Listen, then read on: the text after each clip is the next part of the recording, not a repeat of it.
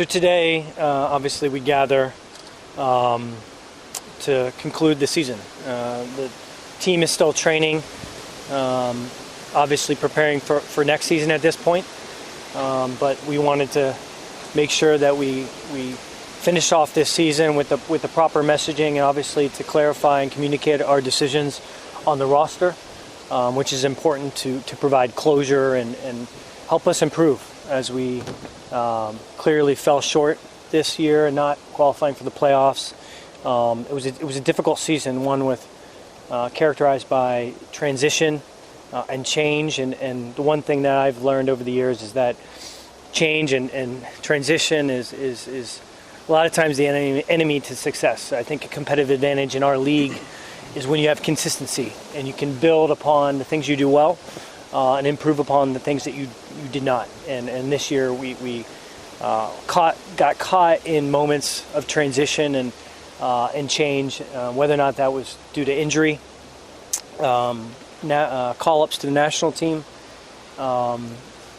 or just the fact that we were trying to change the culture and shift to new management and new leadership. So it was a difficult season, but one that myself and Caleb and Pat Onstad and ownership were working every day, focusing on how do we improve, how do we get better, how do we represent this community and this club in the way that we know how, and will get us to a place where we're contending for championships. In terms of specifics about the season, I feel like we fell short in a few areas. I think our mental toughness, especially late in games, and particularly at home, were times where we just dropped too many points. So we can shift and talk about injuries, but at the end of the day, whoever is on the field on our team has to step out there and perform and represent this club and the crest in a way that is honorable, but it's about results at the end of the day. Injuries didn't help. Losing Milton in preseason with a season-ending injury, as well as Higuain, I think it was the first time in Major League Soccer history where two DPs during a year were out with long-term injuries. So puts you in a tough position when you have a salary cap to replace players like that. We thought we did as best as we could have with the summer window. We were excited to be able to bring in players like Aloy and Luis Diaz, who had a dramatic impact in our ability to get forward. And what we found after the injuries is that we needed to evolve our style of play. And that's an evolution that's going to continue happening, and one that's characterized by being decisive but relentless. We want to be a little bit stronger in transition, ability to play quicker and get to the offensive half and the attacking third quicker.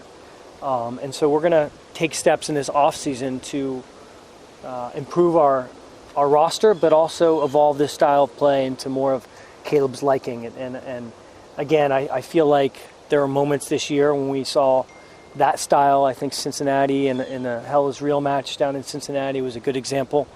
I thought, Philadelphia match at the end of the year, as well as even moments in the Toronto FC match, you saw this team evolve and become what Caleb wants it to be and what we want it to be.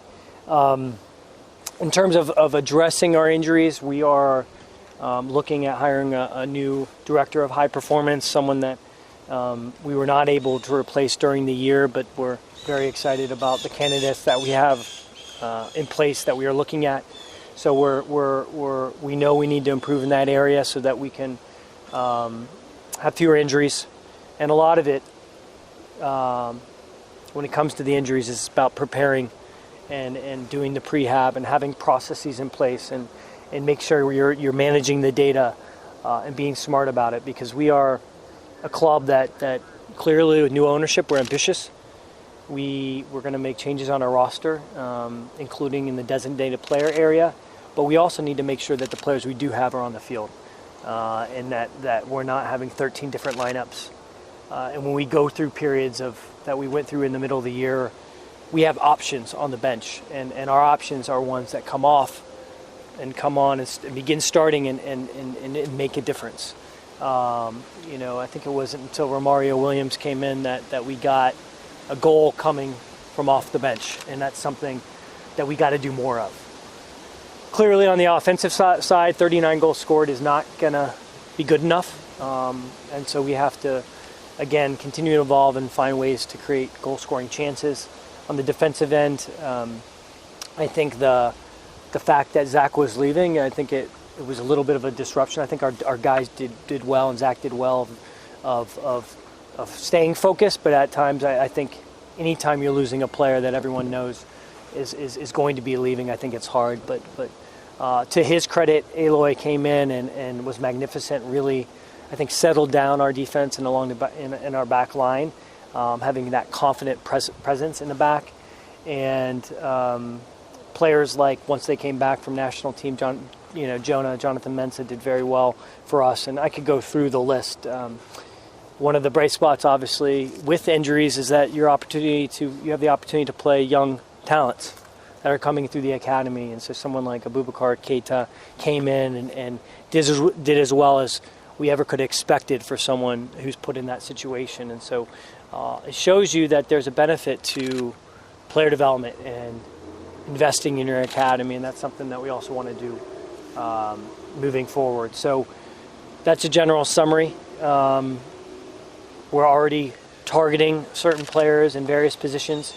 One is the attacking midfielder position, where we thought Pedro Santos stepped in and did very well this year. Obviously, 11 goals. It's really a different player than we've seen in Major League Soccer over the last few years. He came in and sort of mitigated the loss that was created by Pipa's injury. And so allow me to address Pipa right now. We, after the injury, as our fans and our club saw, is that we evolved and we had to move away from certain style of play that was more about possession-based. And as everyone saw, we had some success with being a little bit more transition-oriented and counter-pressing and what we're calling sort of being decisive and relentless on both sides of the ball. And so we've decided that we are not going to continue having conversations with his group in terms of a contract for next season. There are, again, many factors that went into it, but primarily it was due to the change that we see in this club and the style of play.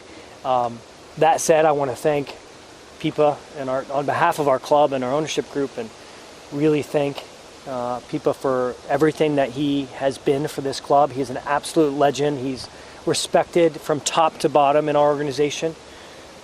These decisions we don't take lightly. In my time being in the league, it's one of the hardest decisions we've ever had to make, or I've had to make personally. Obviously, there are professional conversations, and what we tried to do with Pipa was tell him early, weeks ago, so that there was time to prepare. It's not something we wanted to wait until the very end of the year so that he was caught off guard. Doesn't mean that he's going to be happy about it, but we as a club need to make decisions to put this club on the proper trajectory to be a consistent contender, and some of it has to do with the profile of our players, the age of our players, their strengths in terms of how we want to play the game. And we feel like we noticed that shift mid-year, especially in the later parts of the summer. How did you come to that decision, just to not continue negotiations with Higuain? Also, was there any discussion for him to stay with the club in a different role that didn't involve him playing? Yeah, we're going to continue having conversations with people about his role with the club. He is always welcome here. We would certainly entertain and have already talked to him about a role in the front office or in the academy or in the coaching ranks. We have an open mind about that. We do believe we need to have former players involved with this club. I think you've seen that already with our bringing on Dante Washington and David Winter, and we're going to make another announcement with the academy hopefully soon about different coaches that have played in the league. It's really important that we have former players who've been in the league, who played in the playoffs, who know how to develop players, who know what it's like to be a star. So we would welcome that opportunity if people wanted to stay. At the same time, he's as everyone knows, he's an extremely competitive person, and you can obviously speak to him directly, but right now I believe he would love to continue playing. So want to obviously help him any way we can, but when the day he decides to stop playing, there's always a friendly face and the door's open for him at Columbus Crew SC. Did he express to you that he wanted to keep playing and keep playing here at Temple? He did. What were the factors that made you guys feel comfortable moving on from Federico? Well, there's a number of factors. First is how we want to play, in terms of our ability to be relentless on the defensive end in terms of pressing and the ability to press and counter press. Offensively, it's how we want to move the ball up the field, and then some of the targets that we have in place for next season and how they work together as a group with our current roster. So, and then I have to say that there is you cannot forget about the injury and the age of a player. That has to factor into future roster planning, just like it does for every single player in the roster. Pipa is no different. So when you look at it, you gotta look at all the factors. We've tried to create a decision-making process for him ever since the injury took place, where we evaluated the pros and the cons, and we discussed it, we debated it, we argued about it, and we felt like at the end of the day, this is the best decision for the club. You mentioned designated players. Is that a position that almost has to be bookmarked for a designated player just because of what you have to do to get somebody there? Yeah, I think it's certainly at the top of the list. Obviously, as you find targets and you watch games and you're traveling, you notice all great players that could help your team, but having a playmaker, a number 10 who's pulling the strings and is creating chances for your team is something where you would invest designated player money. Especially given the number of goals that we scored this year, we want to make sure that we increase that and put ourselves in the best position to have an entertaining team. And for me as general manager, and for Caleb and Pat, fans come out to watch players like Pipa, and can we find a new version and the version that Caleb wants to play in Europe or in South or Central America, and that's what we're going to try to do this offseason. How long have you guys been in that process of finding Pipa's replacement? Obviously, the injury, I think you've said, kind of sped that up a little bit, and then how close maybe are you guys? Well, first, we do have, first of all, I don't think you ever replace Pipa, at least like for like.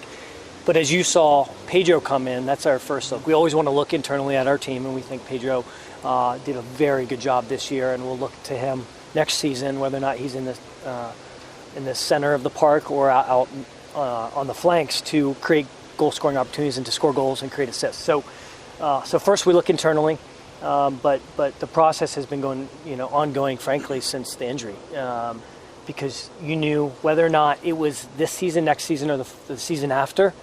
At some point, it was going to come time for Pipa to end his time with the club or in playing. So we've been looking really since the summer. And would you say that this desire to move to a different style could impact the future of other players with the club? It could always impact other players. Obviously the decisions that we're releasing today, I think, are consistent with that evolution. But the team is always changing, and so whether or not it's a proactive decision that's a style of play, or you're responding to an offer from a team about a player that can put your team in a better position, I think you always have to be ready for that change. Tim, what's the magic number for goals? You said the team only scored 39. Is there a magic number there? I don't think there's a magic number. I think if you score 50 goals in a year, you're in a very good position to not just qualify for the playoffs, but be in the top four, as we've seen over the last few days. And it's frankly one of the reasons we waited is that this new playoff format where the home teams, I think except for the Minnesota United game, all came out on top. And so the ability to have a home game in the playoff is a significant competitive advantage. And so you want to position yourself to be in the top four as best you can. And so that means scoring goals. At the end of the year, this team really played good with the new players. Are you pleased about that? Yeah, obviously pleased in the way that the players came in mid-season and had an impact. That is not always the case for international players. So for a player, especially in the goal, which is a critical position, for him Aloy to step in and really solidify our defense, it was really pleasing to see. I think it's also great to see that as you come in and change and create a scouting process that reflects how I like to do things and Pat likes to do things, that you know that it works. And you got to be methodical about it. You got to make sure you involve the coach at various stages of the scouting process. Make sure that they've seen them. Make sure that they are as much as anyone a part of the decision making. And so we did that with Luis Diaz. We did that with Aloy. We did that with Eunice.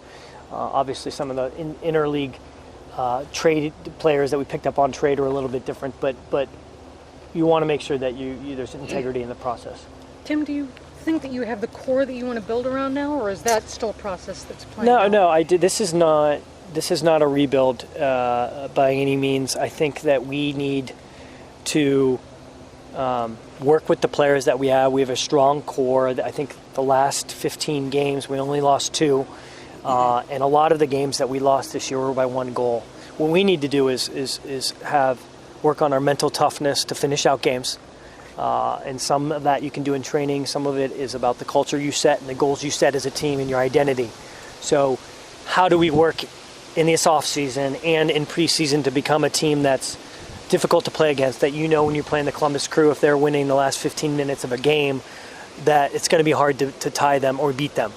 So this team has it in them. I just think that there were moments where we got a little bit too far behind, especially in that stretch of 13 games in the middle of the year where we got to be better. And we need to find ways to draw the games that we lost and win the games that we drew.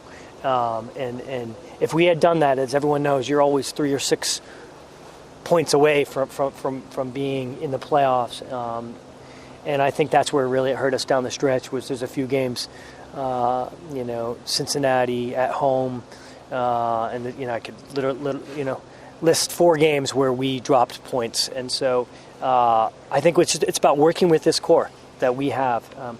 It doesn't mean that we're not looking for difference makers, and I think that's where the designated player comes in. You saw it last night in the Philadelphia game with Marco Fabian coming on, scoring a goal. Your big players have to step up and score and provide the catalyst that you need at certain points of games. You see it across all sports. So that's what we're looking for, game changers. Do you expect to have Harrison Awful re-sign? We do. They are, conversations are progressing well. But, obviously you never want to say anything. Yeah, the lawyer and me, you never want to say anything's done until it's done. So it's progressing well, but we have some time. Decisions don't need to be made officially with the league office until end of November. But we felt like going out today with the release was important to give clarity to our fans and to the players, especially because only certain players that are under contract next year are allowed to train. And so there's a number of players who either decisions have not been made or we've not finalized a contract who are not able to train out here with the team. Lawless Abubakar, there have been reports teams are interested in him. Just, do you expect him to be back here, and maybe what would it take for you guys to move on from him? Yeah, no, we expect him to be back at this point. Obviously, it was an interleague loan. He obviously did well. 22 games he started with Colorado, and he played every minute in those 22 games and did well. So excited to see that he could have an impact on that team. And so center back is a very difficult position to find players. So we'll be talking to teams. Don't want to share conversations that we've had directly, but there's significant amount of interest in Lawless. But we want to make sure that we're making a decision that's best for our club. but we're obviously going to speak to Lawless and see what he wants to do as well. Other than the number 10 position, what are some other positions maybe on your guys' radar? When it comes to our style of play, we need to be able to dictate the game. And so there's a number of positions where we need to have more offensive production. So whether or not that's on the wing, up top in terms of depth positions, I think across the board we're evaluating our depth. I think when we had a number of players out for international duty, I think our level dropped too much. And so if you look at someone like Luis Argudo, he stepped in and performed admirably, and he was up to the challenge. And we need more of our players that maybe are not regular starters at the beginning of the year, that are ready and ready to engage and fight for starting positions. And so when it comes to those depth positions, I would think many positions on the field. At goalkeeper is one depth position. In the midfield, we'll look obviously out wide and up top. So we need to improve as a team, and so we'll be talking to teams to see what options are out there within the league, and then in terms of the positions that would be potentially a designated player, obviously attacking midfielder is one, but there could be other positions too. Tim, this might be a hard question, but sometimes you just when it's your year, and sometimes you do. Did you ever get it during the year? This is just not our year, especially when you're dropping games at home. That's tough. I know why you would say that, but I don't. You always try to grind out wins and get results. I don't think in our league you're always close to the playoff line. So I don't say it's just not our year. I never say that. I think if you do that, then you end up capitulating in areas where you maybe shouldn't, because little things can change a season. It could be a play that a player makes. It could be something that happens in training. And so I think for us, we're waiting for that moment, and I think you saw it at the end of the year. But we still have to we got to be better, especially in terms of converting our chances that we get in front of goal. So, no, I would never just say this just wasn't our year. I'll let you guys and the fans say that. But we have to be better next year. I have to admit, I did say that. What was your thought process with Canale? Did you think of extending him? And yeah, no, we looked at our core center backs, and we just felt that there was abundance is probably not the appropriate word, but we don't anticipate the number of injuries that we have that we had this year for next year. And so we felt, looking at Alex's strengths and how he needs to evolve as a player, we thought he'd be better served if he had that opportunity elsewhere. We sit down and we talk about our academy and the importance of having homegrown players and in investing in player development. And sometimes that means that you develop a player and that player moves off somewhere else to continue his career. And so that's why you look at next man up, which I think it's fair to say that Keita stepped in and performed when asked. And again, just like with Pipa, you have to look at the age of the players, and sometimes the contract in the contract category within the salary cap, which can drive you towards making some of these decisions. If that makes sense. Tim, how different is the process of finding a new director of performance as opposed to finding a new center mid or goalkeeper or whatever else you're looking for? You can't exactly review tape or anything like that. So how's that process? I know there's not. It's a good question. They should have a Y Scout for performance directors. You use your network. You speak to people that know a lot about the space, and across multiple sports. I think what's been interesting is the evolution of the technology and the analytics that is available to us over the last 5 years. Has created a new space, I think, for young people in the performance areas to make a difference. And I think that you've seen that within our league in terms of being able to evaluate the loads every day on a daily basis, to being evaluate the number of sprints that you need in training and how that converts to performance on the field. So, what you see happen is once people hear that there's a position available, a lot of people are reaching out to you, but you also want to maybe have a couple candidates who you are trying to maybe attract, because some of the best candidates are already in positions and you need to recruit them away. So it is much different than a player, but when it comes down to that final process, at the end of the day, you're still recruiting and you want to put your best foot forward, explain what a great club we are and where we're heading and the vision for our club and how we want to be a consistent contender for championships. The new home that we're building and the training ground and the stadium certainly help. And so we feel like we'll be in a good position come January when preseason starts. I imagine that the timetable is a little different too. I mean, you can go a few weeks of preseason without your starting center back or whatever, but you really need this guy in place, or gal. Yep. Yeah. I do believe in the staff that we have here, and I think we learned a lot about ourselves this year and what we can take from a load perspective. The schedule and the cadence of the week. I think that's something that Caleb that's really ironed out. So I believe in the staff that we have, but I'm certainly excited about having sort of someone to lead this space. And what this person would do is not just the first team, but they would oversee all the entire performance department for first team and the academy, and then at some point if we have a reserve team, whether or not that's in the USL or in another setup, but they would oversee it so that it's consistent, and vertically integrated from top to bottom. Jim, what's the latest on Oba?